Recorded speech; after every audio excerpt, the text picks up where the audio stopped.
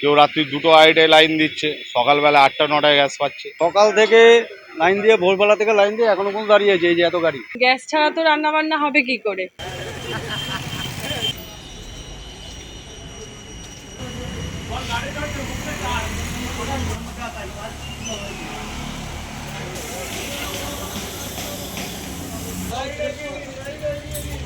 সবারই সমস্যার মধ্যে পড়তে হচ্ছে, প্রচুর সমস্যা।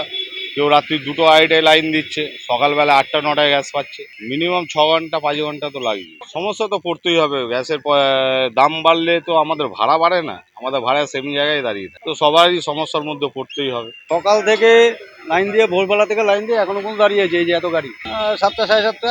সমস্যার মধ্যে তো হবে, ভাড়া বাড়ছে না, একই ভাড়া, তারপরে গাড়ি চালাতে পারছি না ঠিকভাবে। গ্যাসের জন্য এত সমস্যা হবেই। গ্যাসের এত ক্রাইসিস, যার জন্য আমাদের অটোর ক্ষেত্রে স্বাভাবিক, অন্যান্য গাড়ির ক্ষেত্রেও খুব প্রবলেম হচ্ছে। এটা যদি স্বাভাবিক হয় আমরা একটু সুবিধা হবে। আমরা ভোর তখন 4:30 থেকে 4:30-5টা নাগাদ আমি এসেছি। আসার পরে প্রায় 300 গাড়িও পেছনে লাইনে দাঁড়িয়েছে। এদিকে যদি 300 হয়, ওদিকে 300, দুদিক দিয়ে যেহেতু গ্যাস দিচ্ছে।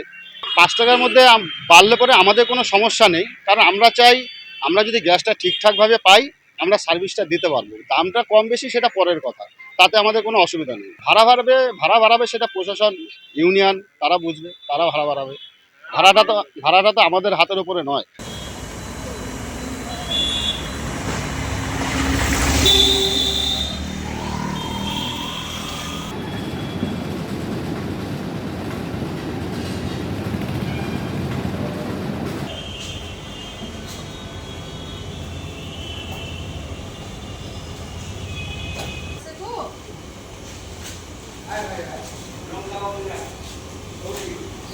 গ্যাস ছাড়া তো রান্না বান্না হবে কি করে? আর প্রায় রেগুলার একটা করে গ্যাস তো লাগেই, সেক্ষেত্রে তো সমস্যা অনেকটাই হচ্ছে। এবার দুস্থ মানুষগুলোদের খাওয়ার নিয়ে সমস্যা হয়ে পড়ছে। এবার গ্যাস তো মেন কথা, বুক করলেও আমরা পাচ্ছি না সময় মতো, গ্যাস বুকিং নিচ্ছে না, একদমই নিচ্ছে না। সমস্যার মধ্যে খুবই অসুবিধা হচ্ছে। আগে বাইরে ডোমেস্টিক কাজ দিয়ে করতাম, এখন ঘরোয়া সিলিন্ডার দিয়ে কাজ করতে হচ্ছে আমাকে। না, কমার্শিয়াল সিলিন্ডার পাওয়া যাচ্ছে না, কবে পাবো বলতে পারছি না, যার জন্য এখন ডোমেস্টিকে দিয়ে কাজ করতে হচ্ছে আমাকে। এখন এইভাবে কতদিন চলবে বলতে পারছি না।